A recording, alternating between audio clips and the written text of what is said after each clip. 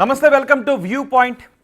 తెలుగు రాష్ట్రాలతో పాటు ప్రపంచవ్యాప్తంగా ఈ వారంలో చోటు చేసుకున్న కీలక ఘటనలపై వ్యూ పాయింట్లో లోతైన విశ్లేషణ అందించడానికి ప్రొఫెసర్ నాగేశ్వర్ బిగ్ టీవీ స్టూడియోలో ఉన్నారు.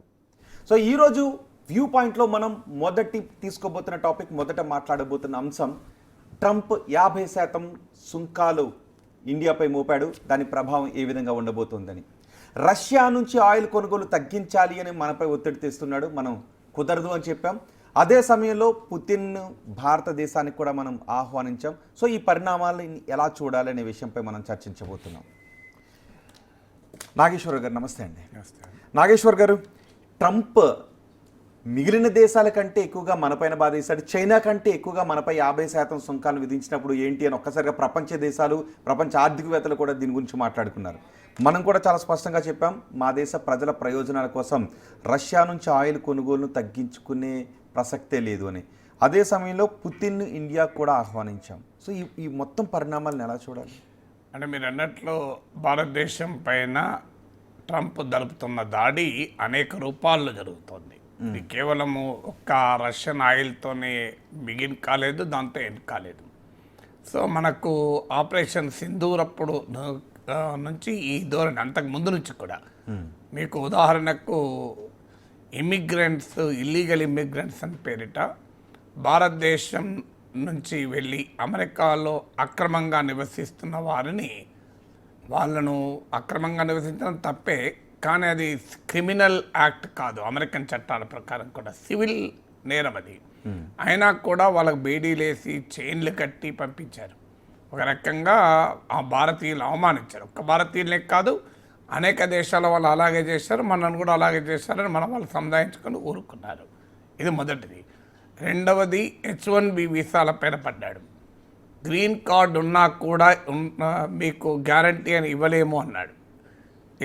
ఇది రెండవది. మూడవది, ఇండియాలో మ్యానుఫ్యాక్చర్ చేయకూడదంటూ యాపిల్ను, టెస్లాను హెచ్చరించాడు. నాలుగవది, ఇండియాతో ట్రేడ్ డీల్ కుదిరిందంటూ రోజుకో మాట మాట్లాడాడు. ఇండియా 0 టారిఫ్లకు కూడా ఒప్పుకుంది అని అబద్ధాలు చెప్తూ ఇండియా పైన ప్రెషర్ పెట్టాడు. ఐదవది, ఆపరేషన్ సింధూర్ సమయంలో ఇండియా ఇంట్రెస్ట్లకు భిన్నంగా అనేక రూపాల్లో ప్రవర్తించాడు, ఒక్క రూపంలో కాదు. అందులో ఒకటి, పహల్గాం దాడుల తర్వాత దాడుల్ని ఖండించాడు, కానీ ఆ తీవ్రవాద చర్యలకు పాల్పడిన పాకిస్తాన్ను ఖండించలేదు. ఖండించకపోగా క్వాడ్, అమెరికా నాయకత్వంలోని చైనా వ్యతిరేక కూటమి క్వాడ్లో అమెరికా, ఇండియా, ఆస్ట్రేలియా, జపాన్ భాగస్వాములు, పాకిస్తాన్ పేరు కూడా చెప్పలేదు. అలాగే మీకు యునైటెడ్ నేషన్స్లో పాకిస్తాన్ను కౌంటర్ టెర్రరిజం, తీవ్రవాద వ్యతిరేక సబ్ కమిటీకి వైస్ చైర్గా అమెరికా అండతో అయ్యారు. IMF, వరల్డ్ బ్యాంకు నుంచి పాకిస్తాన్కు అప్పులు ఇప్పించాడు ట్రంప్. పాకిస్తాన్కు F-16 యుద్ధ విమానాల ప్యాకేజ్ బైడెన్ $450 మిలియన్ ఇస్తే, బైడెన్ చేసిన ప్రతి పనిని మార్చే ట్రంప్ $393 మిలియన్ ప్యాకేజ్ ఇచ్చాడు. ఇక ఆఖరికి యునైటెడ్ నేషన్స్లో అమెరికా ప్రతిపాదించినటువంటి తీర్మానంలో ముందు ది రెసిస్టెన్స్ ఫ్రంట్ ఈ దాడికి కారణమని రాసి, తర్వాత పాకిస్తాన్ ఒత్తిడి మేరకు అది కూడా తీసేశారు. తర్వాత కొన్ని రోజులకు ది రెసిస్టెన్స్ ఫ్రంట్ తీవ్రవాద జాబితాలో చేర్చారు కంటి తురుపుగా. ఇక దానికి వీటన్నిటికీ పరాకాష్ఠగా ఐ లవ్ పాకిస్తాన్ అన్నాడు. ఇవన్నీ చేసి అసీం మునీర్కు అత్యున్నత గౌరవాన్ని ఇచ్చాడు. ఒక ఆర్మీ చీఫ్కు ఒక దేశ ప్రెసిడెంట్ చరిత్రలో ఎప్పుడు ఇవ్వలేని గౌరవం ఇచ్చి I am honoured to meet Asim Munir అన్నాడు. అంతకన్నా దుర్మార్గంగా అసీం మునీర్ను ఉన్న సమయంలో మన ప్రైమ్ మినిస్టర్ను అక్కడికి పిలిపించే పని చేశాడు. ఇవన్నీ పాకిస్తాన్కు అనుకూలంగా ట్రంప్ ఆపరేషన్ సింధూర్ సందర్భంగా చేసిన అనేక పనులు. ఆరవది, భారతదేశానికి అవమానకరంగా, భారతదేశ వైఖరికి భిన్నంగా కశ్మీర్ అంశాన్ని అంతర్జాతీయం చేసే పాకిస్తాన్ కుట్రలకు వంతపడ్డాడు. సో కశ్మీర్పై మీడియేషన్ చేస్తామని అమెరికాకు క్లియర్గా తెలుసు. కశ్మీర్ విషయంలో ఇండియా బయటి వారి జోక్యాన్ని అంగీకరించదు అని తెలిసి కూడా కాశ్మీర్లో జోక్యం చేస్తానని మాట్లాడుతూ వచ్చాడు. ఇక ఏడవది, మీకు పాకిస్తాన్ నాకు ఆ తర్వాత కూడా ఆపరేషన్ సింధూర్ పహల్గాం దాడుల తర్వాత కూడా మరింతగా పాకిస్తాన్కు ఆ డిఫెన్స్ కోఆపరేషన్ పెంచుతాము అని ప్రకటించాడు క్లియర్గా. డిఫెన్స్ కోఆపరేషన్ ఒకవైపు మనతో డిఫెన్స్ పర్చేజ్ చర్చలు జరుగుతూనే పాకిస్తాన్కు కూడా అత్యాధునిక ఆయుధాలు ఇస్తానని అంగీకరించాడు. ఇది ఇండియా స్ట్రాటజిక్ ఇంట్రెస్ట్లకు పూర్తి భిన్నమైనటువంటి వైఖరి. 8వది అన్నిటికన్నా ప్రమాదకరమైంది, భారత్ పాక్ల యుద్ధాన్ని నేనే ఆపాను, ఇది అణుయుద్ధం దాకా పోకుండా నివారించాను, అందులో ఇంకా దారుణం ఏంటంటే ట్రేడ్ చేయనని బెదిరించి ఒప్పించాను అన్నాడు. ఒక సెల్ఫ్ రెస్పెక్ట్ నేషన్కి ఇంతకన్నా అవమానకరం కాదు. ఇక 9వది ఇండియా రష్యాని ఏమన్నా మనకు అభ్యంతరం, ఇండియా ఇది డెడ్ ఎకానమీ, చచ్చిపోయిన ఆర్థిక వ్యవస్థ, రష్యాతో పాటు వెళ్ళి కలిసి దూకండి ఎక్కడన్నా అన్నాడు. 10వది రష్యాతో ఆయిల్ కొంటున్నారన్న పేరిట ఏ దేశం పైన విధించనంత హయ్యెస్ట్ సుంకాలు, బహుశా బ్రెజిల్ పైన మనతో ఈక్వల్గా ఉంది, హయ్యెస్ట్ సుంకాలు విధించాడు. ఇంట్రెస్టింగ్ ఏంటంటే మనకన్నా చైనా ఎక్కువ కొంటోంది ఆయిల్, యూరోపియన్ యూనియన్ కొంటోంది. అమెరికా రష్యాతో చేసే వాణిజ్యం ఈ 5 నెలల్లో 2025 ఫస్ట్ 5 monthsలో 20% పెరిగింది. సో అయినా ఇండియా పైన భయంకరమైన టారిఫ్లు వేస్తూ అటాక్ చేస్తున్నాడు. 10 రకాలుగా మనల్ని అవమానించిన తర్వాత ఇండియా ఏం చేయాలి? ఖాళీగా కూర్చోగలుగుతుందా? అందుకే మన ప్రత్యామ్నాయాలు మనం వెతుక్కోక తప్పనిసరి పరిస్థితి ఏర్పడుతుంది. ఈ ప్రత్యామ్నాయాలు ఏం కనబడుతున్నాయి ఇప్పుడు మనకి? అంటే అమెరికాకు అర్థం కావాలి ఒకటి, ఈ సిచ్యువేషన్ ఇంకా ఎవాల్వింగ్ సిచ్యువేషన్. అంటే ఇంకా మనము ఈ అమెరికా మన పైన విధించిన 50% టారిఫ్లు అలాగే ఉంటాయని చెప్పలేము. ఎందుకు ఎవాల్వింగ్ సిచ్యువేషన్ అంటే ఆల్రెడీ ట్రంప్ అనేక దేశాల విషయంలో అనేక రకాలుగా అటు ఇటు ఊగిసలాడాడు. ఇప్పుడు చైనా విషయంలో 245% దాకా పోయాడు. మన దగ్గర అర్రాస్పాడు వేలం పాట ఉంటుంది చూడండి. సో నాగేశ్వర్ గారి పాట, రోహిత్ పాట అని అంటారు చూడండి. సో అట్లా అర్రాస్పాడు వేలం పాట ఆక్షన్ పాడాడు. ఇప్పుడు 30% దగ్గర ఆగాడు చైనాతో. సో అందువల్ల ట్రంప్ ఏం చేస్తాడో ఎవరికీ తెలియదు, ఇవాళ ఏమంటాడో రేపు ఏమంటాడు. The very character of Trump is unpredictable. అందువల్ల ఏముంటాయి చివరి వరకు మనకు తెలియదు. సిచ్యువేషన్ ఇంకా ఎవాల్వింగ్. ఎందుకు ఎవాల్వింగ్ అంటే ఇండియా అమెరికా మధ్య ట్రేడ్ డీల్పై కూడా చర్చలు జరుగుతున్నాయి.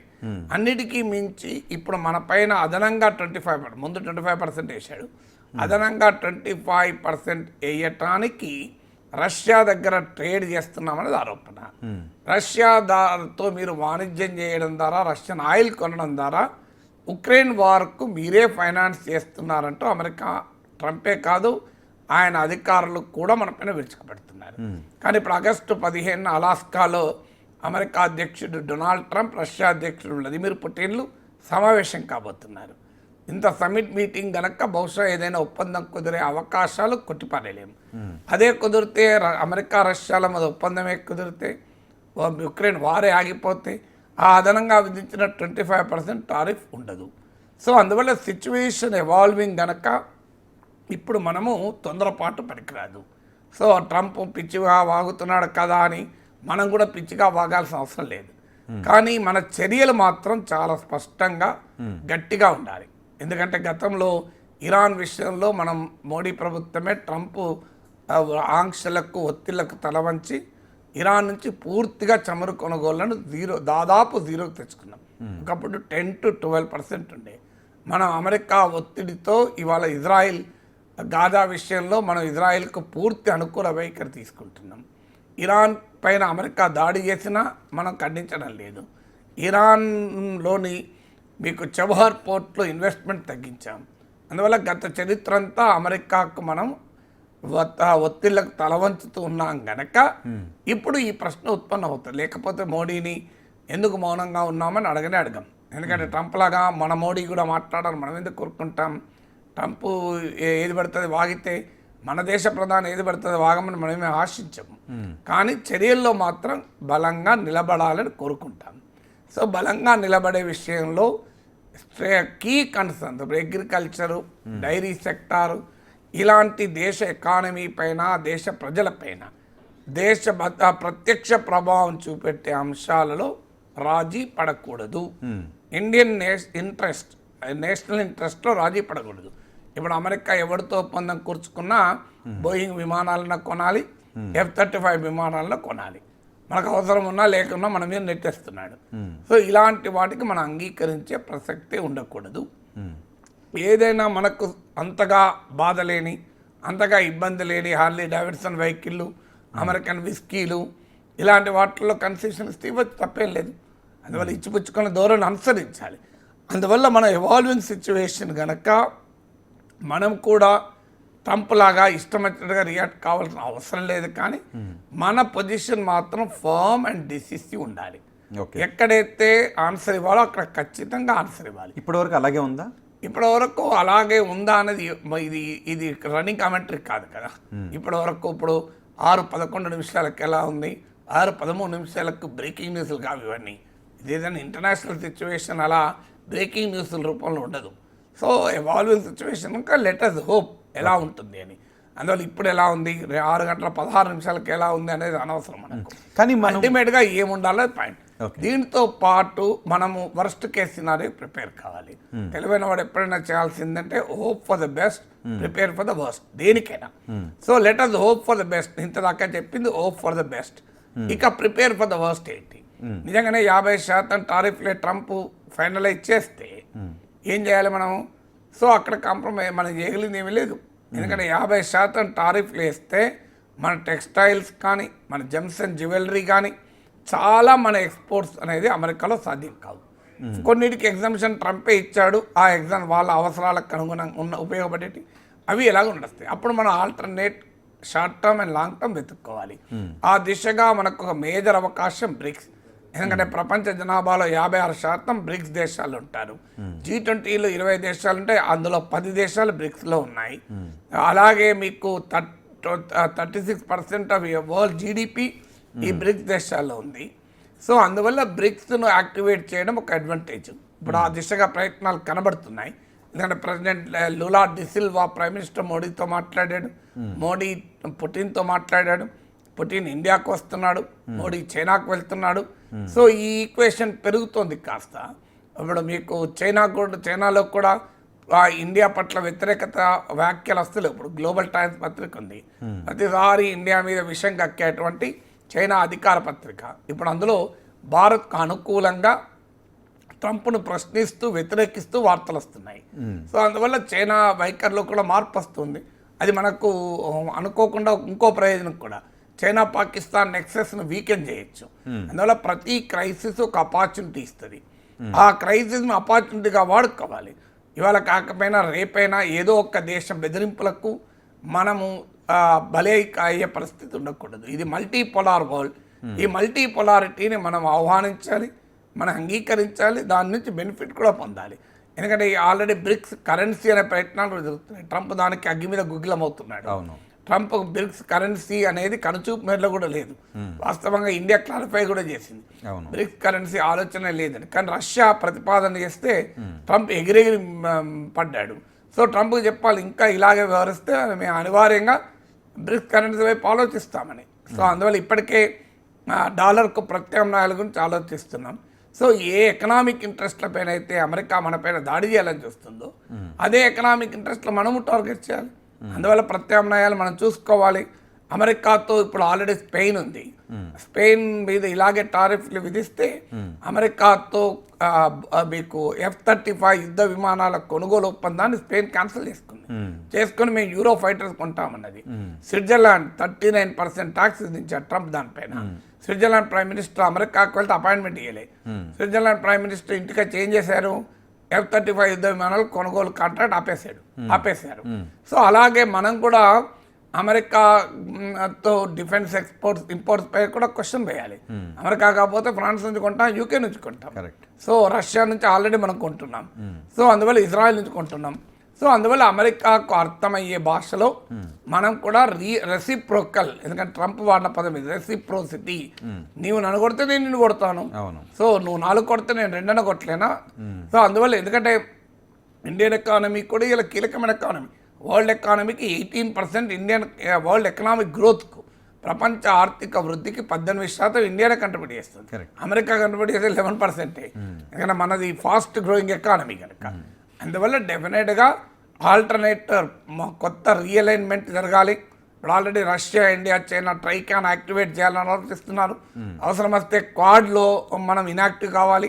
క్వాడ్ నుంచి ఈవెన్ అవసరమైతే పుల్అవుట్ కూడా చేసుకోవాలి. చైనాకు వ్యతిరేకంగా మన అమెరికా నాయకత్వం ఈ కూటమిలో చేరాం, కానీ మనకేం లాభం వస్తుంది అమెరికా?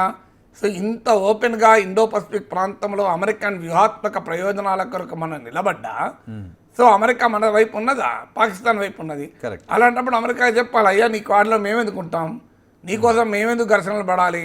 సో రేపు పాకిస్తాన్తోనే ఘర్షణ అయితే నువ్వు మాకు సపోర్ట్ చేస్తలేవు, ఇక చైనాతో యుద్ధం అయితే సపోర్ట్ చేస్తావా? ఎందుకు మరి ఎత్తుకబెట్టి ఉండటం? సో అందువల్ల క్లియర్గా మన రోల్ మనం ప్లే చేయాలి. ఇండియా ఒకప్పుడు ఇదే రోల్ గొప్పగా ప్లే చేసింది. అన్ఫార్చునేట్లీ గత 20 ఏళ్ళుగా మనం వెళ్ళి అమెరికాకు జూనియర్ పార్ట్నర్గా మారిపోయాం. కానీ మన 49 కంట్రీస్కు నాయకత్వం వహించిన అలీనోద్యమ దేశాలకు మరోసారి మనము ఆ రోల్ ప్లే చేయాలి. అలీనోద్యమ దేశాలకు నాయకత్వం వహించడం అంటే ఇప్పుడు గ్లోబల్ సౌత్ అంటాం మనం వాటిని. కరెక్ట్. సో ఈ వర్తమాన దేశాలకు మనం ఉండాలి. రకరకాల కొత్త అరేంజ్మెంట్స్ని ఆలోచించాలి. ఆల్రెడీ ఇప్పుడు యూకేతో మనం ట్రేడ్ డీల్ కుదుర్చుకున్నాం. ఇలా చాలా దేశాలతో ట్రేడ్ డీల్ కుదుర్చుకుంటున్నాం. సో రకరకాల ట్రేడ్ డీల్స్ మనం కుదుర్చుకోవాలి. అందువల్ల ట్రంప్ భాషలోనే మనం ఆన్సర్ చెప్పాలి. రైట్.